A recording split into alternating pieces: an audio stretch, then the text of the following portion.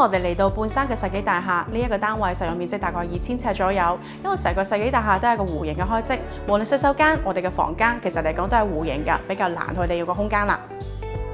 喺開始設計之前，客人表示出佢想保留翻佢原有嘅家私，而佢原有家私其實色彩個濃烈度都比較強烈㗎。咁所以我哋原有翻呢個方向咧，都揀選咗一啲色彩繽紛嘅一啲物料，用喺我哋嘅洗手間嘅位置同埋廚房嘅位置，增加翻個飽和度。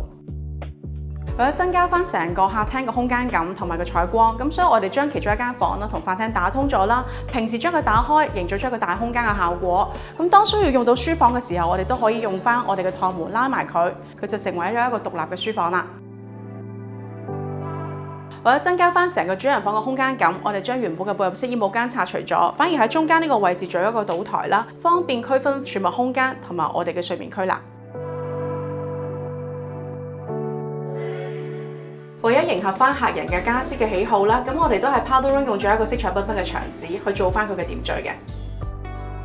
因為開則嘅原因咧，成個廚房都係三角形㗎，咁所以我哋都用咗通道嘅空間咧，做咗一個三角形嘅島台啦。除咗可以增加收納之外嘅話，都可以方便喺度用餐啦。